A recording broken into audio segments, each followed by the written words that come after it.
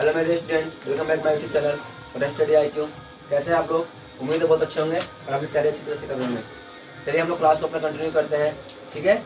और अपना हम जो चैप्टर पढ़े थे अनुवांशिकता एवं उसके जैव विकास, ठीक है। तो हमने टेबल में पढ़ चुके थे, हम पढ़ेंगे सिर्फ जैव विकास। अनुवांशिक मैं आपको पढ़ा चुका हूँ, ठीक है। जैव विकास आप लोग देखिएगा, अच्छी तरह से समझेंगे। हम लोग देखिए अनुवांशिक पढ़ चुके हैं ना, पढ़े ना क्या? नहीं पढ़े ना अनुवांशिक क्या होता है? हाँ। DNA में कैसे जीन परिवर्तन होता है, कैसे क्या होता है, सब हम लोग देख चुके हैं। अब हम लोग क्या देखेंगे? तो विकास देखेंगे। विकास क्या पॉइंट है, ठीक है। पहले एनसीईआरटी नोट उठा रहा हूँ, उसके बाद उठा रहा हूँ PDF वाला, ठीक है। देखिए यहाँ पे हमने देखा कि जब जनन प्रक्रिया में विविधता की प्रकृति अंतर्निहित होती है, तो जो DNA प्रतिकृति में त्रुटियां एवं नई जनन लोग दोनों से उत्पन्न होती है। आइए हम इस प्रवृत्ति के कुछ परिणामों का अध्ययन करेंगे। देखिए, इससे पहला चैप्टर हमने जनन पढ़े जनन जी। एक मिनट रुक जाइए, पहले छोटा था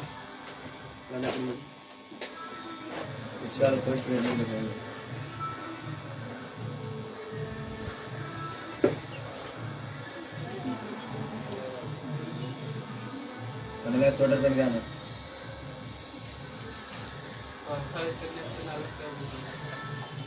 इतना भी अभी ठंडा नहीं लग रहा भाई। अब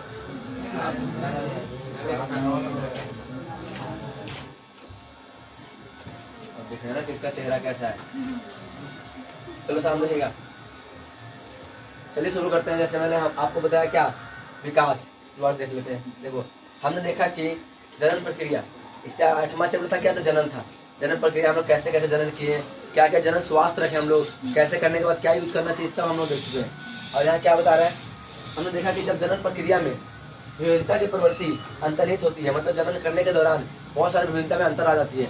कोई अलग जनन, कोई अलग टाइप का फेस रहता है, किसी का अलग टाइप का फेस रहता है ना, तो अलग अलग विविधताएं आ जाती है, ठीक है। जो डीएनए मैंने पता है, इसे बोलते हैं डीऑक्सीराइबो न्यूक्लिक एसिड, ठीक है। डीएनए प्रतिकृति में त्रुटियां एवं लैंगिक जनन, त्रुटि मैंने क्या, डीएनए देखिए मान लीजिए तुम्हारा एक तुम्हारा क्रोमोजोम है, ठीक है। कितने क्रोमोजोम तो बोलेगा 46 होते हैं। और क्रोमोजोम के अंदर क्या होता है तुम्हारा, डीएनए होता है, ठीक है। ये डीएनए के अंदर क्या होता है, जीन होता है। ये तो फिक्स हो गया। तो यही बोला जा रहा है क्या कि डीएनए प्रतिकृति में देखिए डीएनए खुद को बना रहा है, उसे हम लोग क्या बोलते हैं, डीएनए प्रतिकृति बोलेंगे। समझ में आ रहा है क्या? और मान लीजिए डीएनए से क्या बना, डीएनए बना। और डीएनए क्या बनाया, आरएनए बनाया। अब आरएनए क्या बनाता है, प्रोटीन बनाता है। तो बोला अनुवांशिक पदार्थ कौन है, आरएनए डीएनए है। जैसे मालूम चला कि आरएनए तुम्हारा डीएनए है, क्या है ये तुम्हारा आरएनए नहीं है, इसमें एक हाइड्रोजन ऑक्सीजन की कमी हो जाती है, इसे बोलते हैं इसे राइबोसोम।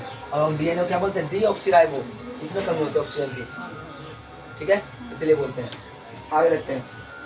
तो त्रुटियां मैंने कुछ गलतियां था। और लैंगिक जनन दोनों से उत्पन्न होती है। कब से उत्पन्न होती है, दोनों से। लैंगिक जनन और अनुवांशिकता दोनों मिल जाते हैं यहाँ पे, ठीक है। आगे देखते हैं यहाँ पे। आइए हम इस प्रवृत्ति के बारे में परिणामों का अध्ययन करते हैं। कैसे लोग विकास करता है, कैसे इसका स्ट्रक्चर उसके स्ट्रक्चर से मिलता है, कैसे उसका फेस उसके फेस से मिलता है, कैसे हमारा हाथ पंछी के पंख की तरह मिलता है ना जी। ये कैसे मिलता है बताइए। इस सब किस तरह तुम्हारा क्या विकास की दौर है, समझ में क्या देखेंगे हम लोग। चलिए देखते हैं विकास क्या है। तो पहले आप फोटो देखने ज़्यादा बेटर रहेगा। ये समझ लीजिए क्या तुम्हारे मान लीजिए कीड़ा है, क्या आपको दिखाई दे रहा है, ब्लैक सॉरी रेड। देखिए ये तुम्हारा क्या है, तुम्हारा कीड़ा है, क्या ये कीड़ा है, समझ में क्या। और तुम्हारा कोवा है, और तुम्हारा क्या है, ये हाथ के पैर है, जो कितना साफ रखने के बाद, ठीक है। ये प्रजनन करने के 3 तरीके से बताया। पहले इसने बोला हरा कलर में जन्म लिया, फिर लाल कलर में जन्म लिया, फिर किस में लिया, ब्लू कलर में जन्म लिया। समझ में आ रहा क्या? तो ये इसके बारे में हम लोग देखेंगे। और देखिए क्या लिखा है यहाँ पे, एक समष्टि में विविधता है, वंशानुगत तथा अन्य है। ये समष्टि है, क्या मान लीजिए तुम्हारे कोई भी जीव है, कैसे बोल सकते हैं, इसमें देखो कुछ ना कुछ जनन है। देखो ये था हरा, यहाँ पे क्या हरा हो गया, बहुत सारा हो गया। यहाँ देखो बहुत सारा, यहाँ है नहीं, तो ये खा गया एक तरह से कहने का मतलब। अब यहाँ देखो ब्लू में जन्म ले लिया। ये क्या है, तुम्हारा विकास है, कैसा विकास हो रहा है उसके बारे में बता रहा है, ठीक है। और देखते हैं आगे, पढ़ने का भी समझा रहे हैं, ये तो पढ़ी करेंगे। देखो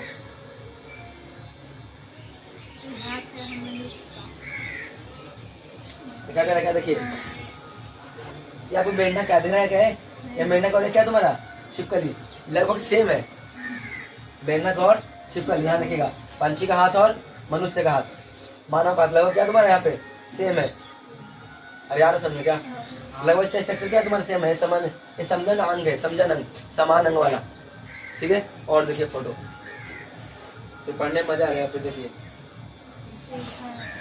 ये दिखाई दे रहा है आप लोग को, बताइए ये क्या है, चमगादड़ का दिख रहा है क्या, पंख वाला है, ये क्या पंछी है, चमगादड़ पंछी, चमगादड़ का देखो कुछ इसी टाइप का स्ट्रक्चर है इसका भी, देखो ये क्या है, समरूप अंग है, लेकिन समान समान नहीं, समरूप है। और चमगादड़ एवं पंछी का पंख है, इसका पंख है चमगादड़ और पंछी का, ऐसे दिख रहा होगा आप लोगों को, ठीक है। चलिए आगे देखते हैं।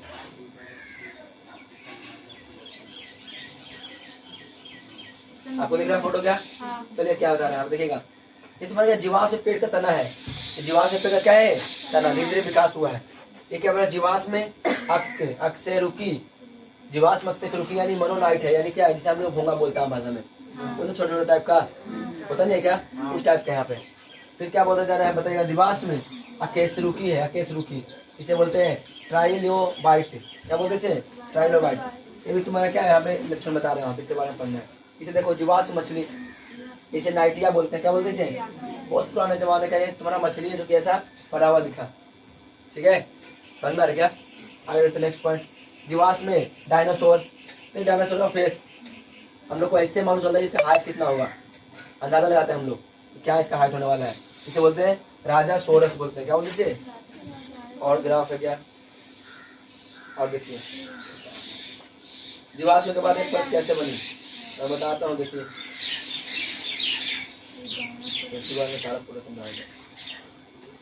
देखिए ये आपको दिख रहा है बाबू, ये एकदम दबा हुआ जमीन के अंदर से, ये दिख रहा है क्या, कैसे इसका पैर से जा रही है, कहने का मतलब है ना कि तुम्हारा कंकाल उंकाल से दब गया है जमीन के नीचे। ये जीवाश्म बनता कैसे है, लाखों करोड़ों साल दबने के कारण प्रेशर ऊपर से बहुत तेज लग रहा है, तब जाके क्या बनेगा वो, तुम्हारे जीवाश्म ईंधन का निर्माण करेगा, और नहीं करेगा। जीवाश्म ईंधन पेट्रोल ये सब आ जाता है, ठीक है, डीजल वगैरह जो भी है, कोयला वगैरह सब आ जाता है, गैस वगैरह सब आता है, ठीक है ना। तो इसके बारे में देखिए, अभी तुम्हारा क्या है, यहाँ पे दृश्य बता रहा है घरों का, तो आपको मिट्टी का परत दिख रहा है, देख रहे क्या परत, देखिए पहले के जमाने में डायनासोर वाला पार्ट दब गया, फिर डायनासोर मतलब डायनासोर से पहले वाला कोई जानवर होगा वो दब गया, फिर ये भी दब गया, फिर ये दब गया, फिर कंकाल जो अभी की डेट में है फेंक देते हैं ऐसे, गाय वगैरह मर जाता है, तो उस कंडीशन में यहाँ बताया जा रहा है, ठीक है। और यहाँ देख लीजिए इसको कैमरा परत है, और जैसे कोई डायग्राम है क्या, विकास का चरण, ये देखिए इसका ये बीमारी है, मतलब अति कीटाणु है, नाम दिख रहा है कितना बड़ा है, बड़ा और देख लो,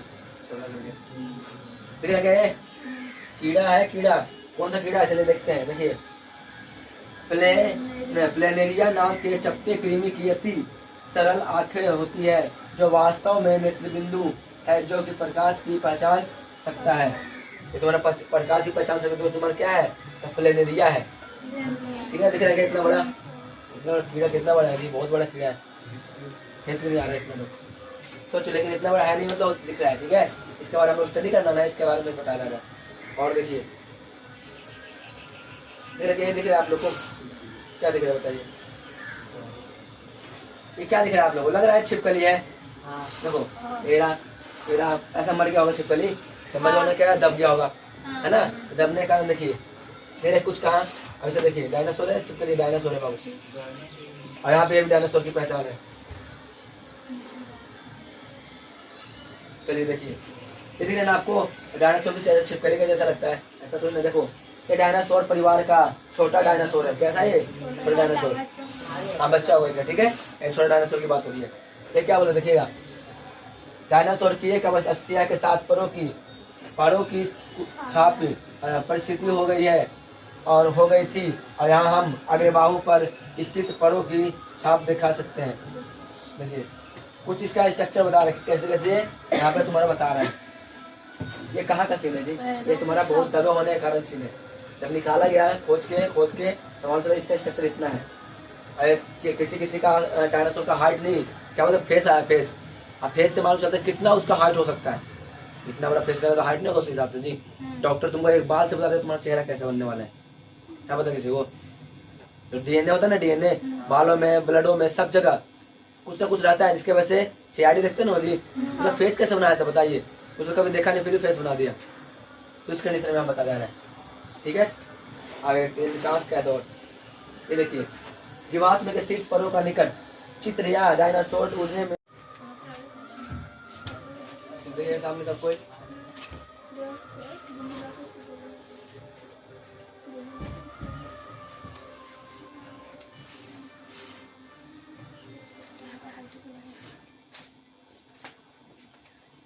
सबको क्या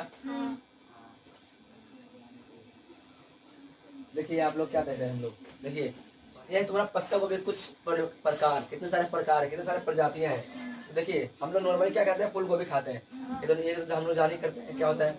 हम लोग ये भी जानते हैं ब्रोकली, इसमें बहुत ज्यादा विटामिन सी होता है, समझ क्या, विटामिन सी का मात्रा बहुत ज्यादा, प्रोटीन बहुत होता है इसके अंदर।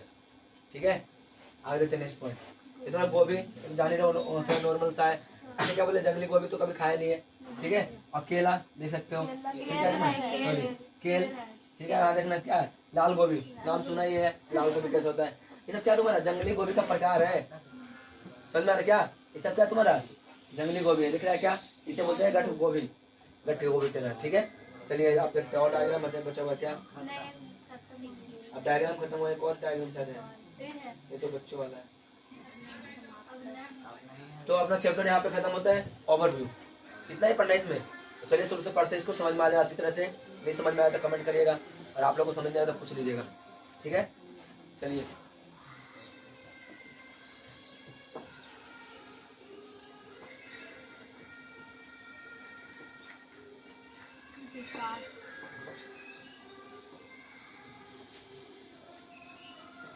विकास करते हैं, वर्गीकरण करेंगे।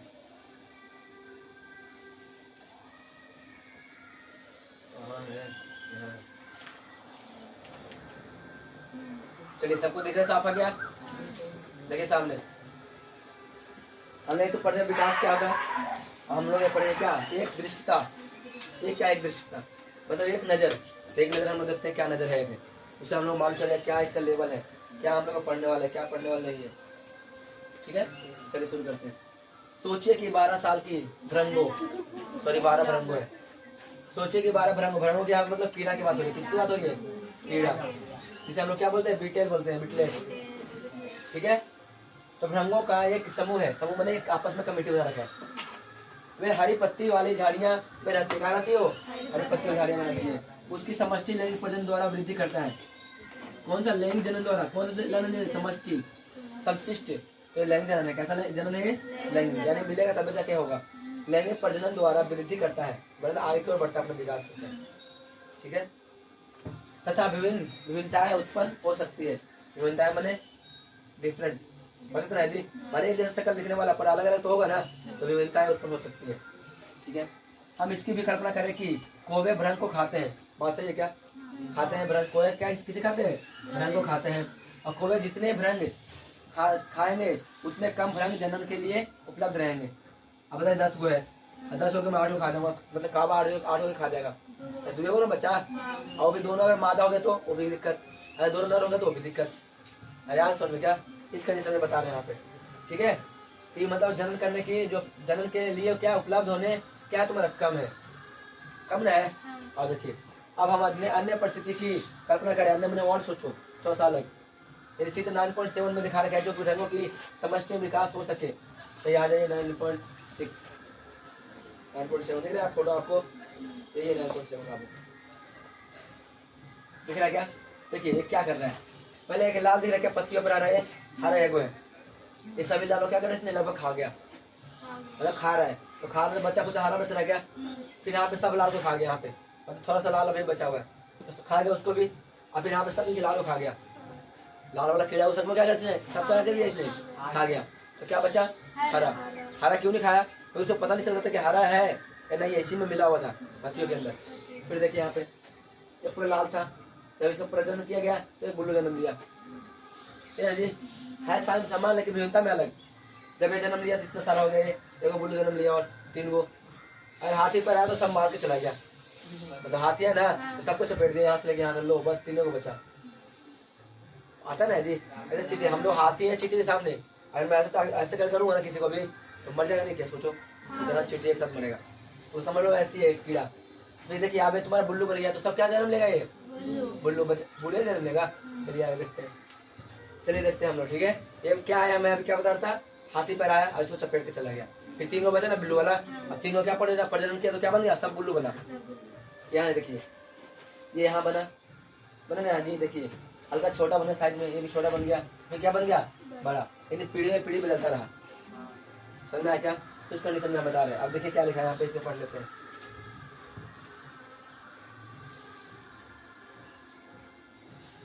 एक समष्टि में विभिन्नता है, वंशानुगत तथा अन्य है। वंशानुगत भी है और अन्य भी है। ठीक है, आगे से प्रथम स्थिति में, अब जो वहां पे बताया गया ना डायग्राम, 1 लाइन 2 लाइन 3 लाइन था, 3 लाइन देख लीजिएगा, नहीं देखा है तो देखिए 3 लाइन था ना। अब इसके बारे में पढ़ते हैं। ठीक है, चलिए ये क्या बोल रहे हैं? प्रथम स्थिति मैंने स्थिति पहला केस, फर्स्ट, जन्म के दौरान एक रंग की विभिन्नता का उद्भव हुआ। बोल जी, एक रंग हरा आ गया, आया कि नहीं आया? जो मैं बता रहा था अभी, ये वो हरा आ गया, एक रंग की उत्पत्ति हो गई, उद्भव हो गया, जिसे समष्टि में लाल के बजाय एक हरा रंग दिखाई देने लगता है। दिखता कि नहीं दिखता है? जब प्रजनन किया लाल लाल मिलके तो क्या बन गया? हरा बन गया। ये तुम्हारा हरा दिखने लगा। हरा रंग अपना रंग अपनी संतान को वंशागत आराहित करता है, और हरा रंग क्या करता है? अपने वंश को करता है। यानी फिर से क्या बन गया? हरा बन गया। बने तरह से हरा बना। इसी कारण इसकी सारी संतति का रंग हरा होना गया, और इसके बाद क्या बन गया? सब कुछ सब हरा बन गया। कोवे हरी पत्तियों की झाड़ियों में रह भ्रंग की को नहीं देख पाते हैं, अतः उन्हें नहीं खा पाते हैं। कोवा बलाती क्रो बदन है, वो तुम्हारा भ्रंग को नहीं खा पा रहे, क्यों? हरा न है, इसके वजह से, और इसके वजह से वो नहीं खा पाते, वो बच्चा रहेगा। देखिए क्या होगा, हरे भ्रंग की संतति का भी शिकार नहीं होता, जबकि लाल भ्रंग की संतति का लगातार शिकार होता रहता है। फलस्वरूप रंगों की समष्टि में लाल भ्रंगों की अपेक्षा हरे भ्रंगों की संख्या बढ़ती जाती है। ये बस यही गलत है, सही ना जी? लाल बाल तुम्हारा खत्म हो जाएगा, कौवा खा जाएगा इसको, लेकिन हरा बाल तो नहीं खा पाएगा ना। तो नहीं खाने पाने का मतलब नहीं खा पाने के कारण हरा वाला क्या हो जाएगा? ज्यादा हो जाएगा। समझ में आ रहा क्या? और शुरू कैसे हुई थी? पहला प्रजाति से, आप थोड़ा के माध्यम देखिए, यहाँ तो पढ़ा देना, और दूसरी स्थिति देखेंगे थोड़ी देर में, तो डायग्राम में देख लीजिए, दिख रहा है? ये वो था, फिर सारा बन गया हरा, तो हरा वाला तो बन गया, लेकिन ये सब खा गया इसको जी। फिर बहुत सारा फिर प्रजनन किया था, बहुत सारा हरा बना, फिर खा गया, लेकिन बच्चा कुछ लास्ट में क्या बचा? हरा बचा। इसलिए मालूम चलता है कि हरा वाला जो है ना रंग बहुत ज्यादा मात्रा में बढ़ रहा है। समझ बढ़ तो दोनों रहा है, लेकिन खा जा रहा है ना ब्लैक वाला, ओ कावा खा रहा है एक तरह से, इसके वजह से। ठीक है, चलिए हाथी पर आया तो हाथ लगा दे इसको। चलो आगे दूसरा स्थिति वाला पढ़ेंगे। ठीक है, चलिए दूसरी परिस्थिति में जन्म के समय एक रंग की विभिन्नता का उद्भव होता है। ठीक है, परंतु इस समय भ्रंग का रंग लाल के स्थान पर नीला हो जाता है। कैसा होता है? नीला हो जाता है, और यह भ्रंग की अपनी रंग पीढ़ी को वंशानुगत कर सकता है। अगर नीला बन गया तो आगे वाला जितना पीढ़ी बनेगा क्या बनेगा? सब कुछ नीला ही बनेगा। फलस्वरूप इस भ्रंग की सारी संतति इसका फलस्वरूप इस भ्रंग की सारी संतति नीली होती है। कैसी होती है? नीली। और कोई नीले लाल भ्रंगों को हरी पत्तियों में पहचान कर उन्हें खा सकता है, और पारण में क्या मतलब नीला भी खा लेगा और रेड भी खा लेगा, लेकिन हरा नहीं खा पाएगा। पारण में क्या होता है? और समष्ट का आकार जैसे जैसे बढ़ता है उसमें बहुत कम नीले रंग है, परंतु अधिकतर रंग लाल थे। परंतु इस स्थिति में एक हाथी वहां आता है और तथा उस झाड़ियों के रौंद जाता है। मतलब देखिए हरा था, पहले लाल था, फिर हरा आया, फिर बुल्लू आया, एक हाथी आया, उसको फिर रौंद दिया। रौंदने के बाद तीनों बचा था, तीनों बचा ना। अब देखते हैं यहाँ पे, इससे बहुत से भ्रंगों मारे जाते हैं, और संयोग से मतलब संयोग सुनने किस्मत ना बोल सकते हैं, किस्मत से कुछ नीले भ्रंग बच जाते हैं, जिसकी इनकी समझ धीरे धीरे बढ़ती जाती है, परंतु इसमें अधिकतर भ्रंग नीले ही होते हैं। कैसे होते हैं? नीले ही होते हैं। ठीक है, चलिए आगे देखते हैं।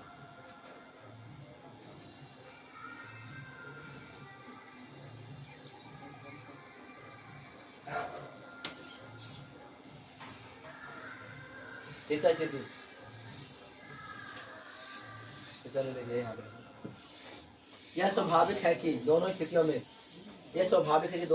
दोनों पढ़ा ना अभी, दोनों स्थितियों में जो दुर्लभ भिन्नता थी समय के अंतराल में एक समान लक्षण बन गई। या दूसरे शब्दों में वंशागत लक्षण की पीढ़ियों में आवृत्ति में परिवर्तन आए हैं, मतलब पीढ़ी बाय पीढ़ी चेंज हो रहा है। क्योंकि जीन ही लक्षणों का नियति करता है। कौन करता है लक्षण का निर्धारण? जीन कहाँ होता है जी? डीएनए में होता है। डीएनए कहाँ होता है? क्रोमोसोम होता है, यानी क्रोमोसोम की संख्या उसमें होता है, गुणसूत्र में होता है, हिंदी बोले तो। अब आगे देखते हैं, जीन ही लक्षणों का क्या करता है? नियंत्रण करता है। ऐसा जैसे कोई व्यक्ति काला है, कोई व्यक्ति बहुत स्मार्ट है, कोई व्यक्ति कुछ नहीं है, मतलब कोई व्यक्ति बहुत मतलब गोरा है, ये सब क्या है? ये सब जीन है। किसी व्यक्ति का आँख का भूरा रंग है, ब्लैक रंग है, ब्लैक का बाल का देखो, ये सब क्या है? जीन है। अरे यार समझा, कोई बहुत टैलेंट है, कोई टैलेंट नहीं है, सब क्या है? जीन है। कोई समझाने के बाद भी नहीं समझ में आता, कोई तुरंत समझ में आ जाता है, ये सब क्या है? जीन ही तो है, ठीक ना। अब वो जीन मत समझ लेना चिराग वाला, कहीं आ जाएगा सच में। देखो इधर नियंत्रण करता। अतः हम कह सकते हैं कि किसी समष्टि में कुछ जीन की आवृत्ति पीढ़ियों में बदल जाती है। बदलती ना, पीढ़ी या पीढ़ी बदलने के कारण विकास की परिकल्पना का सार है। मतलब बदल रहने से हम सोच रहे हैं कि विकास हो रहा है धीरे धीरे। जैसे अपने ह्यूमन में देख लीजिए, उसके बच्चे में ज्यादा दिमाग होगा, उससे ज्यादा उसके बच्चे में होगा, उससे ज्यादा उसके बच्चे में होगा, होता ना है। कोई डेवलप जरूर दिमाग होता है। जब जिस समय तुम्हारा बाबू है अभी, उस समय क्या तुम ही इतना दिमाग में था? नहीं था। उस समय क्या टेक्नोलॉजी आया हुआ था? नहीं था। समझ में आ रहा? आज टेक्नोलॉजी आया हुआ है जी। हर एक बच्चा मोबाइल हाथ में लेता है, कार्टून देखता है। पहले देखता था क्या? पहले था नहीं, देखा क्या? तो धीरे धीरे क्या हो रहा है? डेवलप हो रहा है। बनाने वाला कौन? इंसान ही तो है। सोचो, धीरे धीरे बच्चा तो बना रहा है, जनरेशन तो बना रहा है। अब बताइए, तो क्या बोलते हैं, जो बहुत सारे रेप केसेस होते हैं, उसके लिए सैंडल बनाया एक लड़का ने। सोचो कि जहाँ जहाँ लड़की जाएगी उसका लोकेशन मालूम चलेगा कि कहाँ कहाँ क्या बोलते हैं लड़की जा रही है, जूता सैंडल में। सोचो कितना महान काम है। और चार्ज कैसे होगा? तो चलने से चार्ज होगा। इतना ज़्यादा चलोगे उतना ज़्यादा चार्ज हो जाएगा वो। सोच लो, इससे ज़्यादा क्या टेक्निकल चाहिए? गूगल को हैक कर लिया, बताओ बिहार के लड़का ने गूगल को हैक किया, तो सबसे बड़ा सोच लो गूगल, तो हर चीज़ गूगल से मांगा जाता है, उसको हैक कर लिया। हैक करना समझ आता है, वो मांग ले जो कुछ भी, लेकिन मैं वही दूंगा जो मुझे पता है, मतलब मुझे पसंद आएगा वही दूंगा, ऐसा बोला। ऐसा होता है, हैक कर लिया पूरा ही। तो ऐसा होगा कुछ। आगे देखते हैं, दोनों स्थिति हम लोग पढ़ चुके हैं ना, अब तीसरी स्थिति में देखेगा। परंतु दोनों परिस्थिति में कुछ रोचक अंतर भी है, कुछ अंतर भी है। प्रथम स्थिति में विभिन्नता एक समान विभिन्नता बनी, क्योंकि इसमें उत्तरजीविका के लाभ की स्थिति थी, और दूसरे शब्दों में यह एक प्राकृतिक चयनी था, प्राकृतिक चयन था। हम देख सकते हैं कि प्राकृतिक चयन कोवे द्वारा किया गया। कोवे द्वारा मतलब खाया गया, ठीक है, कोवे किया गया। जितने अधिक कोवे होंगे उतने अधिक लाल भ्रंग उसके शिकार बनेंगे, तथा समष्ट में हरे भ्रंगों के अनुपात या संख्या बढ़ती जाएगी। अतः प्राकृतिक चयन संग क्या भ्रंग समष्टि में विकास की ओर से और ले जा सकती है, और यह भ्रंग समष्टि में अनुकूलन दर्शा रहा है, जिससे समष्टि पर्यावरण में और अच्छी तरह से रह सके। सुनिएगा, इसने बोला कि देखिए, अगर लाल वाला कीड़ा की संख्या बढ़ रहा है तो भाई पक्का है कि कौवा खा जाएगा, ठीक है ना। लेकिन हरा वाला बढ़ रहा है तो उसको कोई पता नहीं चलने वाला है। समझ में आ रहा क्या? भ्रंग की बात हो रही है यहाँ पे, ठीक है, यानी बेटल से बोलते हैं। चलिए आगे देखते हैं। समझ में आ रहे थे जितना कुछ नहीं है, कहानी के रूप में दिखा रहे हैं। एनसीईआरटी एक ही तो इसमें एक ही खास चीज है कि दोबारा चीज रिपीट नहीं करेगा। पहला पॉइंट तो वही है। अगर मान दोबारा वही लिख रहे हैं ना, तो ये बोलेगा ना कि जाके देखिए चित्र पॉइंट 3 में 9वीं क्लास के चित्र question number 5 NCERT page number 10, ऐसे कर देगा वो, लेकिन वो दोबारा नहीं लिख सकता। एनसीईआरटी का एक खासियत बात है, और इसमें ना सटीक रहता है, कोई लाफासुटी नहीं, कोई लंबा लंबा लिखाने का मतलब नहीं है। तो वो शॉर्ट में समझाऊंगा, बिल्कुल शॉर्ट में। शॉर्ट ही है, इससे ज़्यादा शॉर्ट नहीं हो सकता कोई किताब, और इससे ज़्यादा कोई नॉलेज भी नहीं दे सकता कोई किताब। दूसरी स्थिति में क्या बोल रहे हैं? दूसरी स्थिति में रंग परिवर्तन से अस्तित्व के लिए कोई लाभ नहीं मिला, कोई लाभ नहीं मिला। क्यों? मर नहीं गया जी, सब बुल्लू वाला बन गया तो खा गया ना कैसे। वास्तव में यह मात्र संयोग ही था कि दुर्घटना के कारण एक रंग की भ्रंग समष्टि बच गई थी। एक सौभाग्य था कि बच गया, वरना वो भी मर जाता। अब मरे तो फिर जन्म लेता वो, बताइए, जन्म लेता नहीं ना। फिर क्या बोला आप, देखिएगा, समष्टि का स्वरूप बदल गया। अतः यदि भ्रंग की समष्टि का आकार बड़ा होता तो हाथी उस पर कोई प्रभाव नहीं पड़ता, हाथी का कोई प्रभाव नहीं पड़ता। अतः छोटी समष्टि में दुर्घटनाएं किसी जीन की आवृत्ति को प्रभावित कर सकती है, जबकि उनका उत्तरजीविता हेतु कोई लाभ ना हो।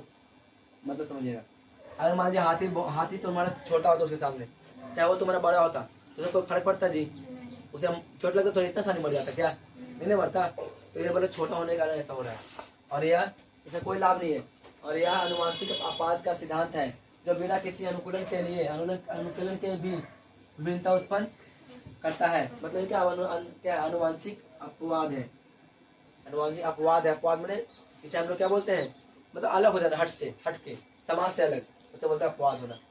ठीक है, तो अपवाद ही है तुम्हारा जो बच गया किस्मत से बुल्लू, वरना बचता थोड़ी ना। ठीक है, अब देखिएगा, अब तीसरी स्थिति को देखिए। तीसरी स्थिति देखिए, इसमें भ्रंग समष्टि बढ़ावा बढ़ना पालन करता है और झाड़िया में पादप रोग, ठीक है क्या, पादप रोग लग जाता है। झाड़ी तो झाड़ी, झाड़ी में पादप बने जो पेड़ पौधा का रोग होता है ना, रोग, प्रॉब्लम, बीमारियां, वो लग जाता है। अब भ्रंगों के लिए पत्तियों का कम होता है, हो जाती है, और जो भ्रंग होता है ना उसके लिए पत्ती का कम पड़ जाता है, और कम पड़ने का क्या परिणाम स्वरूप भ्रंग अल्प पोषित रह जाते हैं। अल्प पोषित मैंने कम खाना खाते हैं, अल्प मैंने कम, पोषित मैंने खाना खाना या पोषण बनाना, तो अल्प पोषित रह जाते हैं। भ्रंग की औसत आहार में अपेक्षाकृत कमी आ जाती है, और कुछ वर्षों के बाद इस दुर्भिक्ष की स्थिति में भ्रंगों की कुछ पीढ़ियों के उपरांत जब पौधे के रोग समाप्त हो जाते हैं, तब भोजन की पर्याप्त मात्रा उपलब्ध होती है, तब भ्रंगों के भार में क्या परिवर्तन आएगा, इस पर विचार करिए। सिंपल सी बात है, जब कमजोर हो गया तो घट गया, और जब स्ट्रॉन्ग बन जाए तो भाई बढ़ेगा, बढ़ेगा कि नहीं बढ़ेगा। ये तुम्हारा भ्रंग की कहानी था। ये भ्रंग क्या कहानी है, बता रहा है कि कैसे तुम्हारा एक अनुवांशिक पदार्थ दूसरे अनुवांशिक पदार्थ में एंट्री मार रहा है। समझ में क्या? एक तुम्हारा जीवाणु भोजी का नाम सुने हो? हाँ, जीवाणु भोजी, जीवाणु भोजी। ये तुम्हारा एक क्या बोलते हैं, तुम्हारा बैक्टीरिया है क्या ये तुम्हारा गंगा नदी को साफ करने में मदद करता है। गंगा नदी का जो पानी होता है ना, उसे ये तुम्हारा वायरस को खा देता है। ये तुम्हारा क्या करता है ना, जीवाणु भोजी, कुछ इस टाइप होता है, मकड़ी टाइप का, ऐसा ऐसा होता है। ये तुम्हारा क्या करता है ना, जीवाणु मतलब विषाणु खा जाता है और अपना जीवाणु एंट्री मारता है। बहुत सारा नदी है ना, गंगा नदी का शुद्ध इसी के वजह से रहता है। ठीक है, बहुत सारे बारिश से खाता है ना, इसके वजह से बहुत दिनों तक, सालों सालों तक तुम्हारा गंगा का पानी खराब नहीं होने वाला। ठीक है, ऐसा होता है। चलिए, जीवाणु भोजी का नाम सुन लिए क्लास में, कोई सुनेगा भी नहीं, इंटर हो जाएगा तभी सुनेगा, वो 12th क्लास में, 11th में भी पढ़ना है। हम लोग क्या पढ़ेंगे, उपाधि वो अनुवांशिक लक्षण। तो आते हैं पीडीएफ पे, इतना पढ़े ना, तो वापस सिखा देंगे। ठीक है, चलिए अब इसको शॉर्ट फॉर्म में समझ लीजिए थोड़ा सा, एनसीईआरटी तो खा लेकिन शॉर्ट फॉर्म में भी समझिए। ठीक है, ये तुम्हारा नोट्स है, जैसे हम बोल सकते हैं, बना बनाया बिल्कुल अच्छी तरह से सजाया हुआ। देखिए क्या बोला, विकास वह नियंत्रण धीमी गति से होने वाली। देखना क्या विकास क्या होता है, वो धीरे धीरे होता है। ऐसा होता है ना कि आज जन्म लिया कल बड़ा हो गया, ऐसा होता है क्या? धीरे धीरे होता है विकास। यही बोल रहे हैं यहाँ पे, क्या विकास वह नियंत्रण धीमी गति से होने वाला प्रक्रम जो हजारों करोड़ों वर्ष पूर्व जीवों में हुए, जिससे नई स्पीशीज का उद्भव हुआ था। उद्भव माने जन्म होना। समझ में आ रही थी? चलिए आगे देखते हैं। और देखो लाल भ्रंगों का भी थोड़े पहले हम इसके बारे में पढ़े ना जी। लाल भ्रंगों का समूह, फिर क्या बना यहाँ पे, जनन के द्वारा रंग में परिवर्तन हो गया। कौन रंग में परिवर्तन? जनन के द्वारा रंग में परिवर्तन हो गया। ठीक है, और देखिए आगे, इसमें बोला सभी भ्रंग लाल बने, फिर क्या एक भ्रंग हरा भी बन गया, बना ना। देखिए ये तुम्हारा नोट्स है बाबू, जिससे हम बोल सकते हैं, वो तुम्हारा पूरा के पूरा नॉलेज था, तो नॉलेज तो आसानी समझ में आ जाएगा। देखिए क्या बोला यहाँ पे, ये तुम्हारा सभी भ्रंग लाल है, केवल एक क्या था यहाँ पे, हरा था। और कोबा द्वारा लाल भ्रंग को क्या कर दिया गया, खा ले गए। लाल भ्रंग का लक्ष्य है, लक्ष्य मैंने लक्षण, वो खा गया एक तरह से। अब भ्रंगों की संख्या क्या हो गया यहाँ पे, कम गया। सिंपल सी बात है नहीं क्या, कितने शॉर्ट में है। और देखिए यहाँ पे एक भ्रंग हरा था, एक भ्रंग क्या था, जब जनन किया, रिप्रोडक्शन किया, तो क्या बना, सुंदरती का मतलब भ्रंग कैसा हरा था, सुंदरती भ्रंग हरा हुआ। फिर क्या बना लास्ट में, जनन करने के बाद। यहाँ देखिए, हरे भ्रंगों का झाड़ियों में मेल, कोबा हर द्वारा भक्षण में कमी। बहुत शॉर्ट में लिखा है जी। ये बोल रहा है ना कि जब हरा जन्म दिया ना, तो झाड़ियों में मेल हो गया, और मेल होने के बाद दिखेगा नहीं, और दिखेगा नहीं तो भाई वो खाएगा नहीं, खाएगा तो इसकी संख्या क्या हो जाएगा, बढ़ जाएगा। तो बढ़ने के कारण देखिए हरे भ्रंग की संख्या में क्या होता है, बढ़ोतरी होता है। अब आता है हाथी वाला, तो उसके बाद क्या होता है, हाथी पैर पे निष्कर्ष क्या निकलता है। देखिए दिखा दे रहा हूँ आप लोग को। देखिए हरे भ्रंगों को प्राकृतिक चयन का फायदा हुआ, क्योंकि ये हरी झाड़ियां में दृश्य नहीं है, दृश्य मैंने दिखाई नहीं दे रहा है। देता दिखा जी, नहीं देखा। ठीक है, आगे देखते हैं। यह प्राकृतिक दिख रहा क्या, यह प्राकृतिक चयन कोबा द्वारा किया जाता है। प्राकृतिक चयन मैंने यह प्रकृति का देन है, वो खाएगा ही खाएगा। समझ में आ क्या, तो तुम्हारा प्रकृति देन है, वो खाएगा ही खाएगा। यानी प्रकृति कहाँ पर रहता है, यह प्राकृतिक चयन कोबा द्वारा किया गया है। अब प्राकृतिक चयन मैंने चुनना होता है से।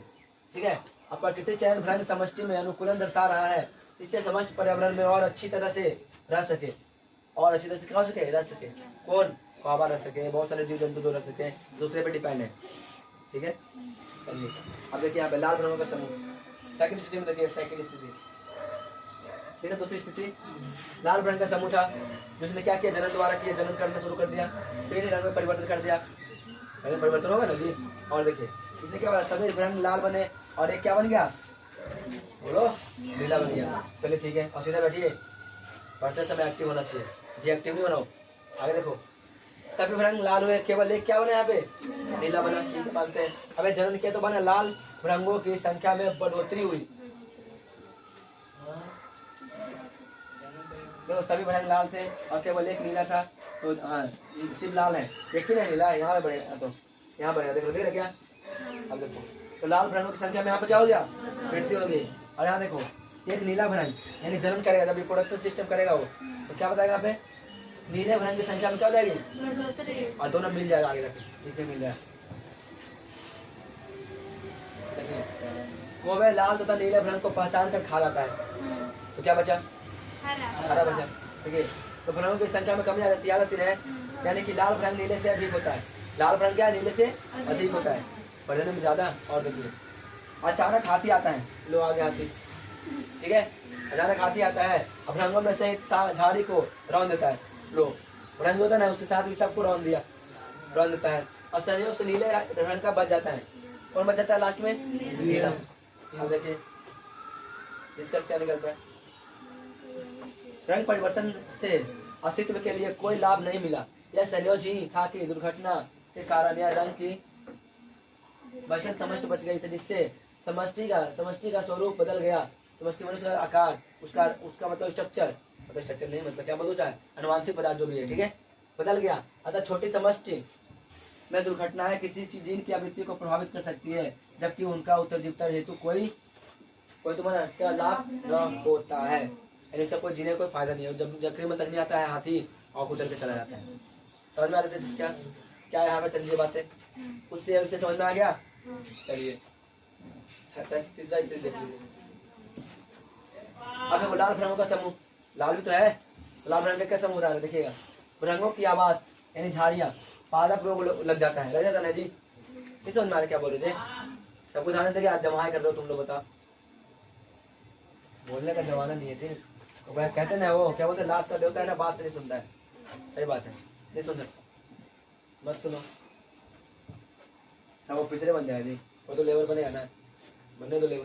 देखिए सामने लाल रंग का समूह क्या होता है, यहाँ पे देखिएगा, लाल रंग का समूह क्या बोल रहे हैं यहाँ पे, रंगों का आवास, झाड़ियाँ, झाड़ियाँ की बात हो रही है, पादप में क्या रोग लग जाता है, रोग मने कोई बीमारी हो जाता है हम लोग जैसे, वैसे उन लोगों में बीमारी हो जाता है, तो क्या होता है, पत्ते झड़ जाता है। देखिए भ्रमों का औसत भार में, यहाँ देखें, भ्रमों के औसत भार में अल्प पोषित की वजह से कमी हो जाती है। जैसे मान लीजिए पहले 50 किलो का था, 50 किलो नहीं होगा, मान लीजिए 50 ग्राम का था, कितने ग्राम का था वो, 50 ग्राम का। अब पत्ती में पोषण नहीं मिला, तब पत्ती में पोषण नहीं मिला, खाना कुछ खाएगा वो, तब खाना नहीं खाया तो कितना हो गया, मान लीजिए 30 kg का हो गया, सॉरी 30 ग्राम का हो गया, कितना ग्राम का हो गया, 30 ग्राम का। तो बदल में कम है, मैं मुख्य कारण क्या कम होने का, तो पादप में क्या लगना, रोग लग जाना। ठीक है, चलिए आगे बढ़ते हैं। अल्प मतलब कम, पोषित मैंने पोषण अच्छे तरह पढ़ चुके अच्छी तरह से, ठीक है, और आगे रखते हैं। अब भ्रमों की संख्या में नियंत्रण गिरावट आती है, क्या यहाँ पे लगातार गिरावट आ रही है, किसमें, तो भ्रमों की संख्या में कोई ना गिरावट। चलिए आगे चलते हैं। पौधे का रोग समाप्त हो जाता है, अगर पौधे का रोग समाप्त हो गया तो फिर से वही हो जाएगा। देखिए निष्कर्ष क्या निकलता है, यदि समाप्त हो जाता है तो भ्रमों की संख्या तथा भार में फिर से क्या हो जाता है, वृद्धि हो जाती है, लो बढ़ गया फिर से। ठीक है, चलिए आगे देखते हैं। निष्कर्ष क्या निकलता है, तब भ्रमों की संख्या में कोई अनुवांशिक परिवर्तन नहीं आता है, वैसे बस कलर में चेंज आया, अगर अनुवांशिक पदार्थ आता तो कुछ ना कुछ डिफरेंट हो जाता। ठीक है, और जनसंख्या में प्रभाव कुछ समय के लिए पर्यावरण के कारण आता था, और कुछ समय के लिए क्या होता है, पर्यावरण के कारण आता है। ठीक है, अब आते हैं इसके लक्षण पढ़ेंगे, समझ में क्या वाला लक्षण पढ़ेंगे। इससे पहले आप एनसीईआरटी नोट चलिए, जो बहुत अच्छी तरह समझिए। अब हम लोग क्या पढ़ेंगे, उपार्जित एवं अनुवांशिक लक्षण। क्या पढ़ेंगे, उपार्जित एवं अनुवांशिक लक्षण। हमारा अनुवांशिक लक्षण क्या है, कैसे हम उसे प्रति हो रहे हैं, कैसे उसकी तरह दिख रहा हूँ, क्या उसी की तरह दिख रहा हूँ, क्या माँ की तरह दिख रहे हैं, सारा का सारा इसमें लक्षण आ रहा है। तुमको क्या पसंद है, क्या खट्टा पसंद है, क्या मीठा पसंद है, क्या कड़वा अच्छा लगता है, क्या बात करना अच्छा लगता है, क्या घूमना अच्छा लगता है, सारा का सारा लक्षणों में आ रहा है। कुछ कुछ लक्षण भी है, जैसे हम लोग का हो गया, किसी और का भी होता है। चलिए देखिए पढ़ते हैं हम लोग। हम पहले चर्चा कर चुके हैं, क्या कर रहे हैं जी, लैंगिक जनन करेंगे नहीं करें। तो हम पहले चर्चा कर चुके हैं कि लैंगिक जनन करने वाले जीवों में युग्मक अथवा जनन कोशिका विशिष्ट जनन ऊतकों में बनते हैं। विशिष्ट मन का एक खास जगह बनता है, जैसे वृषण, जैसे शुक्राणु कहाँ बनता है, तो बोले वृषण में बनता है। बोलो अंडाणु कहाँ बनता है, अंडाशय में बनता है। तो एक खास जगह है जी, जहाँ बनता है बन जाएगा। बोलो कहीं हाथ में बनता है क्या, नहीं बनता, पेट में बनता है क्या, मतलब उधर गुहा के नीचे बनता है, ठीक है, जो कि आमाशय क्या बोलते हैं, अभी क्या बोलते हैं, अंडा क्या बोलते हैं, गर्भाशय बनता है, वो तो अलग चीज है ना। चलिए, लेकिन एक विशिष्ट है पाठ, ऐसा तो है ना कि मतलब वो सब जगह हो रहा है, सब जगह नहीं, विशिष्ट पाठ है वहाँ पे। तो देखिए यहाँ पे बोल रहा है युग्मक, बोले देखिए युग्मक बोलूंगा तो चाहे लड़का होगा, मतलब लड़की होगा, चाहे क्या होगा यहाँ पे लड़का होगा। लेकिन युग्मनज बोलूंगा, युग्मनज, तो समझ रहा कि ये तुम्हारा क्या भूर्ण हो रहा है, क्या यहाँ पे विकास हो चुका है, इसके अंदर दोनों में एक्सट्रा मिल चुका है। युग्मनज और युग्मक दोनों अंदर अंदर चीज है, ठीक है, याद रखना इसको। चलिए फिर हम लोग क्या पढ़े थे बताना, आगे देखना यहाँ पे क्या बोल रहे हैं। यदि क्या है बुभु लक्षण के कारण भृंगों के शरीर के भृंगों वाली बात हो रही है, भ्रंग के शरीर का भार में कमी आती है, तो इससे जनन कोशिका के डीएनए के संगठन पर कोई प्रभाव नहीं पड़ता है। अगर मान लीजिए कोई तुम्हारा था भ्रंग था जो बीमार है, बहुत दिन से पोषण से नहीं रहे, अगर तुम्हारा बच्चा जन्म देगा तो उस पर कोई फर्क नहीं पड़ेगा, कोई डीएनए में कोई कमी नहीं होगी, यही बोल रहा है, ठीक है, कोई प्रभाव नहीं पड़ेगा। अतः बुभु क्षण के कारण यदि समष्टि में कुछ भ्रंग का भार कम हो जाए तो भी इससे विकास की संज्ञा नहीं दी जा सकती है। अब विकास के मतलब भार कम गया तो विकास नहीं हो पाएगा, पूरी तरह से संज्ञा नहीं दी जाती है। चलिए आगे देखते हैं। इसका मुख्य कारण ये इस लक्षण का वंशानुगत न होना है, वंशानुगत न होना है, मतलब इसका मुख्य लक्षण क्या तुम्हारा, ये वंशानुगत नहीं है। अगर होता तो ऐसा नहीं होता, ठीक है, वंशानुगत मतलब पीढ़ी बार पीढ़ी चलते आना। तो देखिए यहाँ पे नहीं है। और कायिक ऊतकों में होने वाले परिवर्तन, कायिक नाम सुना है, किस में होता है कायिक, पौधे में होता है जी, जैसे उसका पार्ट हो जाता है ना, पत्तियां और जड़ है, ठीक है। तो कायिक के बारे में बता रहे हैं, ठीक है, देखिए आगे। तो कायिक ऊतकों में होने वाले परिवर्तन लैंगिक कोशिकाओं के डीएनए में नहीं आ सकता है, नहीं जा सकता है, और किसी व्यक्ति के जीवन काल में अर्जित अनुभव मतलब अर्जित मतलब जो होता है ना अनुभव, आगे देखते हैं, अर्जित अनुभव क्योंकि जनन कोशिका के डीएनए में कोई अंतर नहीं लाता है, इसलिए इसे भी जैव विकास नहीं कह सकते हैं। सुनिए, अब मान लीजिए मेरे दादाजी हैं, ठीक है, वो बहुत आदमी से मिले, उनका तुम्हारा क्या है, बात करने का तरीका, उनका अनुभव, उनका हर एक चीज अपना अपना हो गया। क्या वो गुणसूत्र मेरे अंदर आएगा, तो नहीं आएगा, मैं सीखूंगा तब आएगा। समझ में नहीं चीज, ये नहीं कि मैं ऑलरेडी मैं बैठा हूँ, जन्म ले लिया, अरे मेरे दादा जीनियस थे तो मैं जीनियस बन जाऊंगा, नहीं बन सकता जी। तो यही बता रहे हैं यहाँ पे, यही बता रहे हैं, क्या बता रहे हैं देखिए कि यहाँ बोल रहे हैं, मैं यहाँ से पढ़ द्वार से, किसी व्यक्ति के जीवन काल में अर्जित, जीवन काल में उसने अर्जित किया है क्या, अनुभव ने हर चीज का बात का तरीका, रहने का तरीका, सब चीज अर्जित किया है, क्योंकि जनन कोशिका के डीएनए में कोई इसका अंतर नहीं लाता है, और इसलिए इससे भी जैव विकास नहीं कर सकते, ठीक है। चलिए आगे देखते हैं।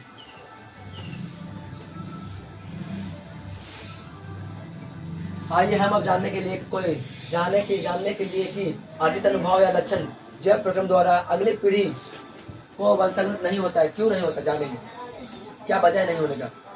ये प्रयोग द्वारा समझते हैं कि यदि हम पूंछ वाले चूहे को संवर्धन करें तो उसकी अगली पीढ़ी की संतति कहीं भी पूंछ होगी, मतलब समझ में क्या। अगर आप एक्सपेरिमेंट कर रहे हैं तो पूछ लीजिए, ठीक है, बोलते हैं चूहा ले लिया और उसे काट दीजिए पूछ उसका, और उसमें प्रजनन करवाइए, 2 पिंजरे में रख दीजिए। अब मान लीजिए कि अगला बार जो पीढ़ी जन्म लेगा ना उसमें पूछ है, तो चीन हो रहा क्या, नहीं हो पा रहा है, ये बोल रहे हैं, देखिएगा। यदि चूहों की पूंछ को कोई पीढ़ी तक काटने में रहे तो क्या इन चूहों का बिना पूंछ यानी पूंछ विहीन वाली संतति प्राप्त होगी? इसका उत्तर है बिल्कुल नहीं होगा जी, नहीं होगा। जो स्वाभित्व भी है, क्योंकि पूंछ काटने से जनन कोशिका में जीन पर कोई प्रभाव नहीं पड़ता है,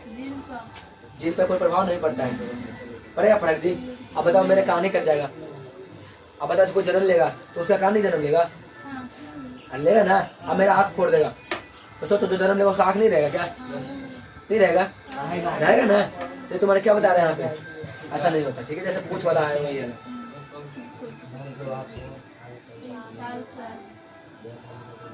ये पढ़ते दिख रहा है क्या?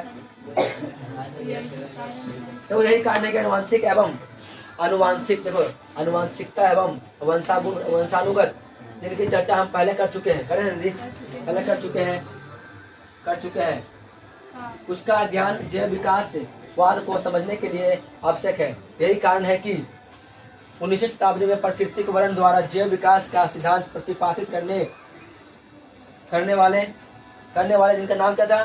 चार्ल्स डार्विन भी इनकी क्रियाविधि नहीं खोज सके। वह अब से नहीं ऐसा कर पाते यदि उन्होंने अपने समकालीन ऑस्ट्रियल ग्रेनर मेंडल के प्रयोग के महत्व को जाना होता। अब मेंडल भी डार्विन के सिद्धांतों से अनभिक्षित थे। देखिएगा, मेंडल जो कि अनुवंशिक का पिता कहा जाता है, वो तुम्हें क्या बताया जा रहा है यहाँ पे? तुम्हारे सिद्धांतों का अनभिक्षण करते थे, ये भी नहीं जान पाया। कौन? इनका नाम है चार्ल्स डार्विन, ठीक है। और देखते आगे एक और टॉपिक है क्या? अब नहीं है, अब ये 4 इनके बारे में पढ़े थे, ठीक है। मतलब ये टॉपिक खत्म हुआ है, ठीक है। आगे देखते हैं, इनके बारे में पढ़े। चार्ल्स रॉबर्ट डार्विन कौन थे? दिख रहा है क्या आप लोग को? नहीं दिख रहा जी, अब दिख रहा है? चलिए, ये बाबा देख रहा है, दाढ़ी वाला बाबा, सो जा वरना गब्बर आ जाएगा।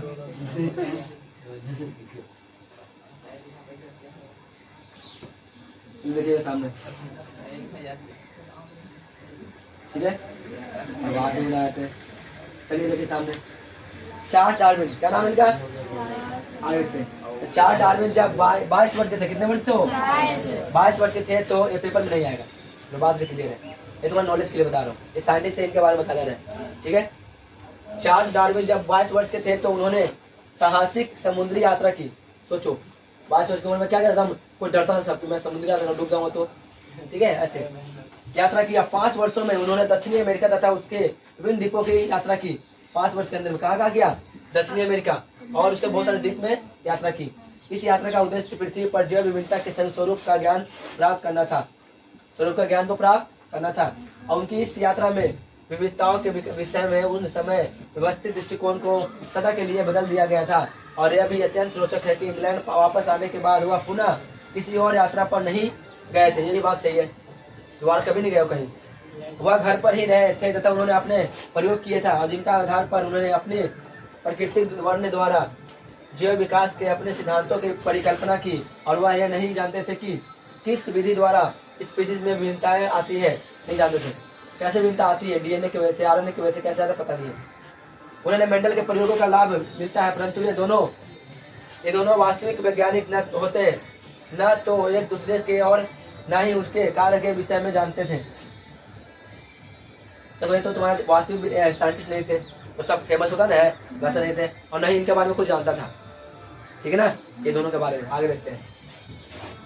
हम डार्विन के केवल उनके जैव विकासवाद के कारण ही जानते हैं, परंतु यह एक प्रकृति शास्त्र भी थे तथा उनका एक शोध भूमि की उर्वरता बनाने में केचुआ की भूमिका के विषय में था। और तुम्हारा क्या बोला? भूमि शास्त्र थे। भूमि शास्त्र मैंने जमीन के बारे में, मिट्टी होता ना, मिट्टी, और मिट्टी को पढ़ने स्टडी करने के प्रति वो था। इनको बताया जा रहा था कि ये केचुआ तो नहीं है, इसे हम लोग क्या बोलते हैं? केचुआ नहीं होता क्या? तो केचुआ के बात यहाँ बता रहे हैं। तो केचुआ हुआ ना, वो तुम्हारा सबसे ज्यादा भूमिका निभाया गया खेत को खरपतवार करने में, पता नहीं खरपतवार करते हैं फसल उगाने में, उसका भूमिका निभाया गया, बताए थे, ठीक है। चलिए आगे देखते हैं।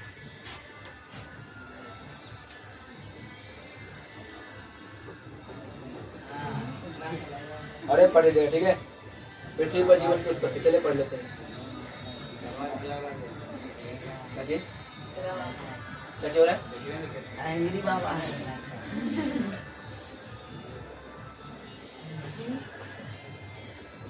देखिए समझिएगा, पृथ्वी का जीवन की उत्पत्ति कैसे हो गई, दिखा देना क्या? चलिए उसकी उत्पत्ति हुई कैसे, क्या वजह उत्पत्ति होने का? देखिए डार्विन का सिद्धांत हमें बताता है कि पृथ्वी पर सरल जीवों में उन जटिल स्वरूप वाले जीवों का क्या होता है, विकास किस प्रकार हुआ है, ये मेंडल बताते हैं। पढ़ लीजिएगा इसको, कोई बात नहीं, ठीक है, पढ़ लीजिएगा, कुछ नहीं है ऐसी। चलो पढ़ लीजिए, देखिए समझ नहीं आया, फिर पढ़ेगा कि नहीं पढ़ेगा, नहीं ना। मेंडल के प्रयोगों से हमें एक पीढ़ी से दूसरी पीढ़ी में लक्षणों के अनुवांशिक की कार्यविधि का पता चला है ना जी, कैसे उसका डीएनए उसमें जा रहा है, छोटा टी बड़ा टी, चल रहा है एक तरह से। परंतु दोनों ही यह बात आने में असमर्थ है कि पृथ्वी पर जीवन की उत्पत्ति कैसे हुई है, अर्थात इसका सर्वप्रथम आविर्भाव में किस प्रकार हुआ था, दुनिया में कैसे सबसे पहले जीवों का उत्पत्ति हो गया, इसके बताने में असमर्थ थे, नहीं बता पा रहे थे। और आगे देखते क्या बोल रहे हैं यहाँ पे। एक ब्रिटिश वैज्ञानिक ने जेबीएस, कौन है यहाँ पे, जेबीएस हाल्डेज, जो बाद में भारत के नागरिक हो गए थे, कहाँ हो गए थे भारत के नागरिक, ने 1929 ईस्वी में यह सुझाव दिया कि जीवों की सर्वप्रथम उत्पत्ति उन सरल अकार्बनिक अणुओं से हुई होगी जो पृथ्वी की उत्पत्ति के समय बने थे। कौन बोल रहा है ये बात, ये बोल रहा है क्या तुम्हारा, हाल्डेन। कौन हाल्डेन, जेबीएस हाल्डेन। भारत के नागरिक बन गए थे, पहले नहीं थे, पहले तुम्हारे क्या थे, ब्रिटेन के थे, ठीक है, ब्रिटिश। उसने कल्पना की कि पृथ्वी पर उस समय का वातावरण पृथ्वी का वर्तमान वातावरण से सर्वप्रथम भिन्न होता होगा, मतलब अभी तो वर्तमान में चल रहा है ना, इससे बहुत पहले अलग था, बिल्कुल अलग था, ठीक है। यहाँ बोल रहे हैं फिर क्या हो रहा है, जिससे क्या बोल रहे हैं, इस प्राथमिक वातावरण में संभव कुछ जटिल कार्बनिक अणुओं का संश्लेषण हुआ जो जीवन के लिए आवश्यक थे। किसके लिए आवश्यक था, एक तरह से जीवन के लिए। और सर्वप्रथम प्राथमिक जीव अन्य रासायनिक संश्लेषण द्वारा उत्पन्न हुई हो, प्राथमिक जीव अन्य संश्लेषण द्वारा क्या हो, एक तरह से उत्पन्न हुआ हो, बहुत सारी क्रियाएं करके, ठीक है, उत्पन्न हुआ। कहाँ पढ़े थे, उत्पन्न हुआ है ना, हुआ है। अब यहाँ लिखते हैं,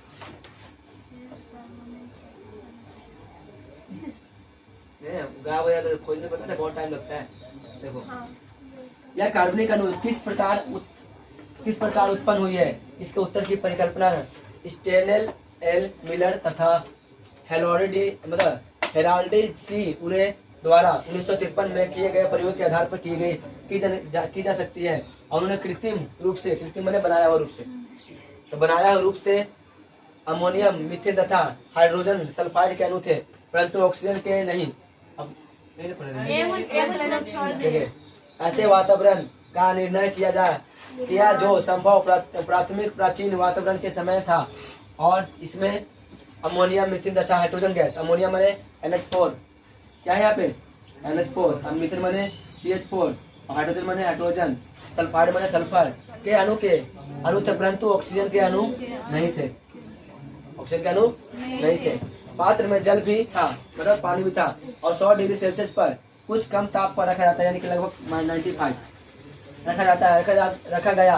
और गैसों के मिश्रण में क्या चिंगारियां उत्पन्न की जाती है, चिंगारी गैस के जब उसे हिट में तो क्या उत्पन्न होगा, चिंगारी उत्पन्न हो जाएगी, उत्पन्न हो गई। जैसे आकाश में बिजली, एक सप्ताह के बाद 15% कार्बन मीथेन से सरल कार्बनिक यौगिक इसने बोला, जैसे क्या उसने बोला, आकाश में बिजली, जैसे आकाश में बिजली करता है ना, वैसे बोल रहे हैं यहाँ पे। और एक सप्ताह के बाद लगभग 15% कार्बन मीथेन से सरल कार्बनिक यौगिक में परिवर्तन हो गया था। इसमें अमीनो अम्ल भी था, क्या था इसके अंदर, अमीनो अम्ल भी संश्लेषित हुआ, जो कि प्रोटीन के अणुओं का निर्माण करता था। तो प्रोटीन बनाने में हम लोग क्या करते हैं, कैसे निर्माण करता है, ठीक है। और देखिए, तो क्या पृथ्वी आज भी जीवन की उत्पत्ति हो सकती है, हो रही हो तो नहीं हो रही, क्या नए जीव आ रहे हैं, नए टेक्नोलॉजी आ रही है, लेकिन हम लोग पता नहीं चल पाता, हम लोग कुछ पता नहीं है, इसलिए नहीं चल पाता। समझ में आ गया इतना चीज। तो चलिए अब हम लोग चलते हैं क्या नोट्स पर। देखिए चलिए हम लोग कंटिन्यू करते हैं अपना क्लास को, और हम लोग अब पढ़ेंगे नोट्स टाइप से, ठीक है। देखिए क्या बोल रहा है, उपार्जित एवं अनुवांशिक लक्षण, ये पढ़ा है ना। अब इसका बोलेगा, इसका अंतर बताइए दोनों में अंतर, क्या अंतर है। तो उपार्जित लक्षण और अनुवांशिक लक्षण क्या है, देखिएगा। ये लक्षण जीवों द्वारा अपने जीवन में प्राप्त किए जाते हैं, जीवों द्वारा जीव में जाता है। अब ये क्या जाता है, ये लक्षण जीवों की वंशानुगत प्राप्त होता है, ये तुम्हारा अर्जित करता है, लेकिन ये क्या करता तुम्हारा बनाता है, उल्टा नहीं बोल देगा। देखिए ये लक्षण जीवों द्वारा अपने जीवन में प्राप्त किए जाते हैं। ये जो लक्षण जो मैं बता रहा हूँ, ये वाला तुम्हारा क्या है, उपार्जित लक्षण। जैसे मैं हूँ, चाहे तुम हो, तुम पढ़ाई तो तुम्हारे जीवन में ही रहेगा, तुम्हारे बच्चे के जीवन में नहीं चल जाएगा, समझ में क्या। ये तीसरा हम लोग क्या बोलते हैं, उपार्जित लक्षण, यानी उपजाव कर रहे हैं हम लोग।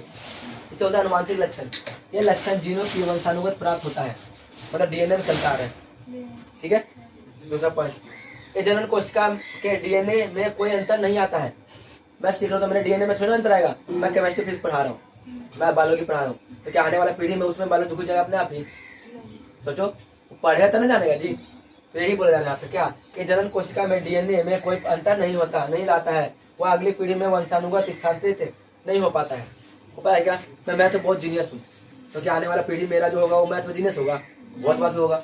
कितना समझाया इसका मानवा है क्या मान नहीं समझ में आ रहा है, ठीक है? तो ऐसा भी हो सकता है। और कोई बोला ये, मैं बोला कोई ऐसा होता है, मैं लिख रहा हूँ क्या, बोलो शंकु का आयतन निकालो, तब मैं लिख रहा हूँ 1/3 पाई, आंसर आ चुका है। ऐसा भी होता है कोई कोई, पता नहीं जी टेंशन क्या है सर, यहाँ से कट करिए ना, यहाँ से करिए आंसर डायरेक्ट। ऐसे भी होता है कोई कोई कोची हो गया, पता नहीं चलता है। चलिए, ते नहीं आता। दूसरा पीढ़ी में ये जनन कोशिका में घटित होता है। कब होता है? जनन कोशिका तो नया रिप्रोडक्शन, उस समय क्या घटित होता था, अगली पीढ़ी में स्थानांतरित भी होता है। ठीक है, चलिए आगे देखते हैं। जैव विकास में सहायक नहीं होता है, होता है जी? नहीं होता है। और ये क्या जैव विकास में सहायक होता है? ठीक है, ये चूहा वाला बात हो गया यहाँ पे, ठीक है, चूहा का पोष वाला। उदाहरण के लिए अल्प पोषित भ्रंग के धार, अरे अल्प पोषित भ्रंग के धार में कमी, धार मैंने क्या वृद्धि, जैसे भार होगा जी, धार नहीं होगा, भार भी नहीं होगा, क्या होता है? संख्या में कमी हो जाएगा। क्या होगा यहाँ पे? संख्या में क्या हो रहा है? यहाँ पे कमी हो रहा है। यहाँ देखो, जैव विकास में सहायक होता है। उदाहरण के लिए मानव की आंखों व बालों का रंग, दो ही को एग्जाम्पल लेता है वो, पेपर में भी दो ही को लिख के आएंगे, आंख का रंग और बाल का रंग परिवर्तन होता है, नहीं होता जी। जैसे तुम्हारा मम्मी पापा क्या है, भाई पापा बाल है ना तो ब्लैक है, आंख भी ब्लैक है, लेकिन तेरा आंख भूरा हो गया, होता है ना जी। किसी का एकदम भूरा टाइप का डर भी लगता है, गुस्सा आता है तो डर ही लगेगा, ठीक है, बिल्ली की तरह बिल्कुल। समझ में इतना चीज क्या? चलिए आप यहाँ देखते हैं।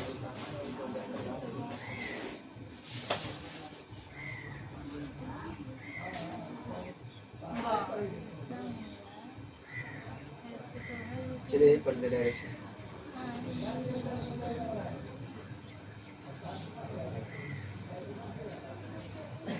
देखिए जाति उद्भव किस प्रकार होता है? जाति देखिएगा क्या बोल रहे हैं यहाँ पे, जीन जिसे बोलते हैं, क्या बोलते हैं? जीन प्रवाह, क्या बोलेंगे उसको? जीन। तो उन दो समष्टि के बीच होता है जो पूरी तरह से अलग नहीं हो पाते हैं, उसे हम लोग क्या बोलते हैं? किंतु मतलब अलग नहीं हो पाते हैं, किंतु आनुवंशिक रूप से क्या होते हैं? वो अलग होते हैं, उसे बोलते हैं जीन प्रवाह। ऐसे मान लीजिए हम लोग हैं, मनुष्य हैं, ठीक है, सबको यहाँ पे लड़का लड़की है, बताइए सबके माप जैसे दिखते हैं, सेम टू सेम? डिफरेंट है ना जी। तो ये क्या बोला यहाँ पे कि मतलब पूरी तरह से अलग नहीं हो पाते हैं, किंतु मैंने परंतु, लेकिन क्या, लेकिन आनुवंशिक रूप से क्या होते हैं यार? अलग अलग होते हैं। तुम्हारा सोचने की क्षमता कुछ और है, मेरा सोचने की क्षमता कुछ और है। समझ में आ रही है चीज क्या? इस कंडीशन में बताया जा रहा है। आगे देखते हैं नेक्स्ट पॉइंट।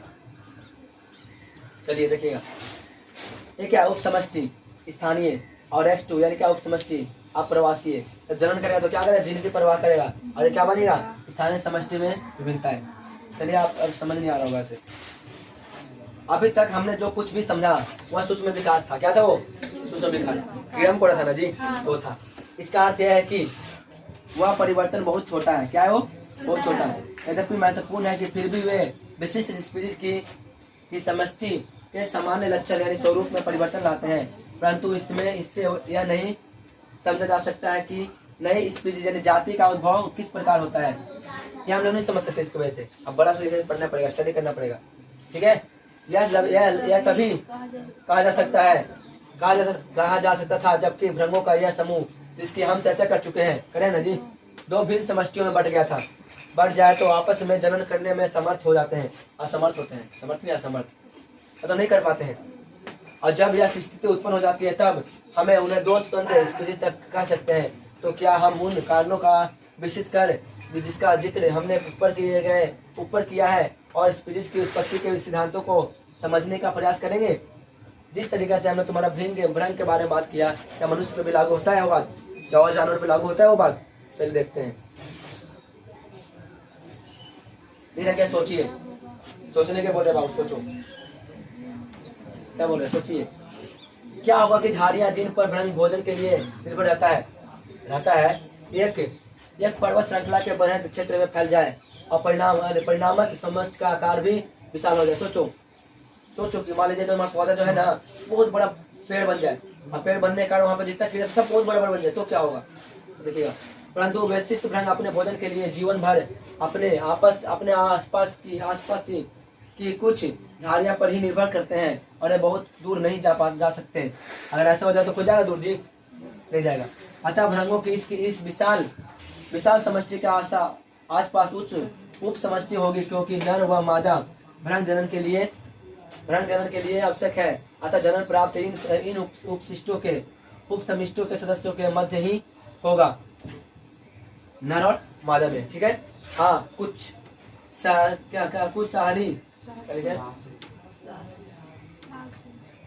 साहसी भ्रंग एक स्थान से दूसरे स्थान पर जा सकता है, अथवा कौवा एक भ्रंग को एक स्थान से उठाकर बिना हानि पहुंचाए दूसरे स्थान पर छोड़ देता है, और दोनों स्थिति में अग्र प्रभावित भ्रंग स्थानीय समष्टि के साथ ही जनन करेगा। अपरिणाम स्वरूप अग्रवासी भ्रंग की जीन नई समष्टि में प्रविष्ट हो जाएगा, और इस प्रकार का जीन प्रवाह उन वशिष्ठों में होता रहता है जो आंशिक रूप से अलग अलग होता है। सुनिए, देखो तुम्हारा तो भ्रंग था ना, भ्रंग वो विकास हो सकता है कब? जब कौवा बिना खाए उसको उठा के अगर दूसरी जगह पत्ती में डाल दे, तब जाके वहां भी अलग होना शुरू कर देगा ना, तो बहुत सारा फैल जाएगा फिर। परंतु पूर्ण रूप अलग नहीं हुए, अपरंतु यदि इस प्रकार की दो उप समष्टियों के मध्य एक विशाल कर दिया जाए तो दोनों समष्टि और अधिक पृथक हो जाएगा, और दोनों के मध्य जीन प्रवाह का स्तर और भी कम हो जाएगा। सुनिए, ये बोलना कि मान लीजिए तुम्हारा जहाँ भ्रंग रहता है वहाँ पे तुम्हारा क्या बता रहा है, मतलब बाढ़ आ जाएगा, नदी आ जाए बीच में, तो तुम्हारा टूट जाएगा, टूटने के कारण ये सब खत्म हो जाएगा। ठीक है। और आगे देखते हैं, उत्तरोत्तर पीढ़ी में, उत्तरोत्तर माने आने वाला पीढ़ी में क्या होता है? आने वाला पीढ़ी में, तो उत्तरोत्तर पीढ़ी में अनुवांशिक विचलन प्रत्येक उप समष्टि में भिन्न परिवर्तन का संग्रह हो जाएगा। अब भौगोलिक रूप से विलक इन समष्टि में प्रकृति चयन का तरीका भी भिन्न होगा, यानी अलग हो जाएगा। अतः उदाहरण के लिए एक उप समष्टि की सीमा में उकाब या चील द्वारा कोय समाप्त हो जाते हैं, परंतु दूसरी उप समष्टि में यह घटना नहीं हो पाती है। तो चील है ना, चील कौवा खा जाता है, कभी देखना, तो समाप्त हो जाता है एक तरह से।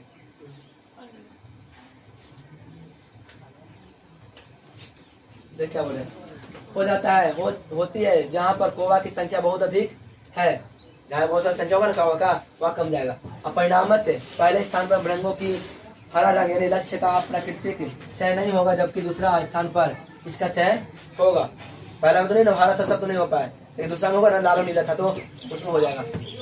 भ्रंगों की इस पृथ्वी को उप समष्टि में अनुवांशिक विकास एवं प्राकृतिक वर्ण चयन के संयुक्त प्रभाव के कारण प्रत्येक समष्टि एक दूसरे से अधिक भिन्न होती है, अधिक भिन्न होने अलग होती है। ठीक है, हो जाती है। और यह भी संभव रहती है अनंत इस समष्टि के सदस्य आपस में एक दूसरे से क्या होते हैं, मिलने के बाद भी अंतर जनन में असमर्थ रहते हैं। देखो ये दोनों मिल तो गया लेकिन अब जनन नहीं करेगा, ऐसा बता रहा है, अंतर जनन नहीं कर पाएगा। अनेक तरीके हैं जिसके द्वारा यह परिवर्तन संभव है, बहुत तरीका है जो संभव हो सकता है। यदि डीएनए में यह परिवर्तन पर्याप्त है, जैसे गुणसूत्र की संख्या में परिवर्तन तो दो समष्टि के सदस्यों की जनन कोशिका यानी युग्मकों यानी संलयन करने में असमर्थ हो जाता है। असमर्थ माने संलयन नहीं कर पाता है।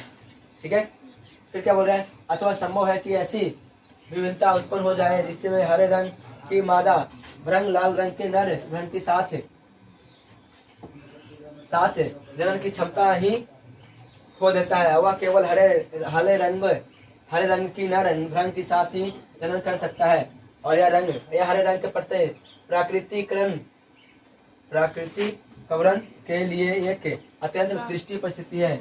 अब यदि ऐसी हरी मादा भ्रंग दूसरे समूह के लाल नर से मिलता तो उसका व्यवहार ऐसा होगा कि जनन न हो, परिमात भ्रंगों की नई स्त्री का उद्भव होता हो। सुनिएगा, हरा वाला किससे मिल रहा है, लाल से, तो जनन नहीं होगा। जनन नहीं होगा तो हो सकता हो भी गया तो अलग अलग पीढ़ी का उद्भव होगा, नई पीढ़ी बनेगी। ठीक है, ऐसा ही सब बोल रहा है। अब ये तुम्हारा पॉइंट वहां बता रहे हैं, जीन परवाह यानी जो जीन है ना डीएनए के अंदर, वो नहीं जाएगा जी, ये बोल रहे हैं। उन दो समष्टि के बीच होता है जो पूरी तरह से अलग नहीं हो पाता है, किंतु आंशिक रूप से अलग है। लेकिन आंशिक रूप से क्या तुम्हारा है, अलग अलग है। ठीक है, अब यहाँ देखिए, ये क्या बोला x1 यानी उपशिष्ट स्थानीय, और ये क्या है अनिवासी है, उपाशिष्ट है, उपशिष्ट है, ये x1 है, तुम्हारा दूसरा क्या है x2 है, तुम्हारा क्या है जनन है। जनन की प्रक्रिया करो तो क्या बनेगा जीन प्रवाह होगा, जीन जाएगा ना उसके अंदर, और फिर क्या हो रहा है यहाँ पे स्थानीय समष्टि में विभिन्नता उत्पन्न हो जाएगी, अलग अलग टाइप में अलग अलग विभिन्नता उत्पन्न होगी। फिर क्या वाला दिखेगा अनुवांशिक पदार्थ। अनुवांशिक विश्लेषण क्या होता है, किसी एक समष्टि की उत्तरोत्तर पीढ़िया में जी से लिखा है, जी से लिखा क्या जीन से है ना, जीन से जो जीन होना चाहिए, क्या होना चाहिए जीन। जीन की बारंबारता से अचानक परिवर्तन का उत्पन्न होता है, यानी जीन से, जीन मैंने समझ में ऐसे हो रहा है यहाँ पे जीन, जीन में बहुत सारे जीन्स की बात हो, ठीक है जीन है, जीन याद रखना। अपरक्त क्या है, प्राकृतिक चुनाव क्या होता है, वह प्रक्रम जिसमें प्राकृतिक उन जीवों का चुनाव का बढ़ावा देता है जो बेहतरीन अनुकूलन करता है, प्राकृतिक चुनाव। जैसे कौवा भी बेहतरीन चुनाव ही है ना जी, चूचू ने खाता है लाल वाला को, तो भी तुम्हारा प्रकृतिक चयन है। आगे थे भौगोलिक प्रतिक्रमण, भौगोलिक कैसे अलग कर सकते हैं हम लोग, जनसंख्या में नहीं, जनसंख्या में नदी,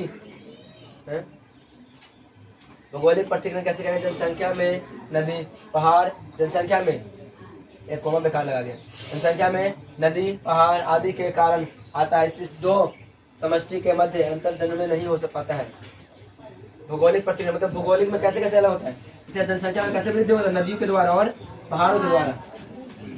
नदी अगर बीच में आए तो भी अलग हो जाएगा, अब कौवा कोई पहाड़ पर लेकर चलेगा तो भी अलग हो जाएगा। समझ में आ रहा क्या, उस कंडीशन में बोल रहे हैं। आगे देखते हैं समष्टि जेड, डायग्राम को समझिएगा।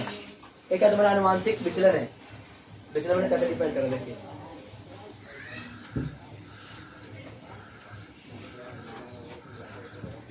समष्टि जेड है, ये क्या बोले तुम्हारा उप समष्टि Z1, इसे क्या बोलेंगे उप समष्टि Z2, ठीक है। और यहाँ लिखिए प्रिया ही है, प्रीति नहीं आई, देखना यहाँ पे सामने। भौगोलिक रूप से विलग विलग होना, विलग नदी और पहाड़ी इत्यादि, विलग नदी होना अलग नदी होना। अभी तुम्हारा उत्तरोत्तर के बाद क्या आएगा देखिएगा नीचे पाठ, विभिन्न परिवर्तन का संग्रहण उप समष्टि Z1 और उप समष्टि Z2 बताया गया यहाँ पे। फिर क्या आता है अनुवांशिक विकास यानी जेनेटिक्स ड्रिफ्ट, विचलन है, क्या बोलते हैं तुम्हारे यहाँ पे विचलन, कुछ कमियां हैं। तो प्राकृतिक विकास में आएगा, फिर इसे बोलते हैं नेचुरल सिलेक्शन। तो यहाँ देख लीजिए क्या है, उप समष्टि Z1 और उप समष्टि Z2 का अंतर्जन्म में असमर्थ हो जाना, यानी समर्थ नहीं है, असमर्थ है। अब आता है क्या नई स्पीसीज, फिर क्या बनेगा यहाँ पे नई स्पीसीज बनेगा, फिर यहाँ क्या बनेगा नई स्पीसीज 2 बनेगा। अब यहाँ देखते हैं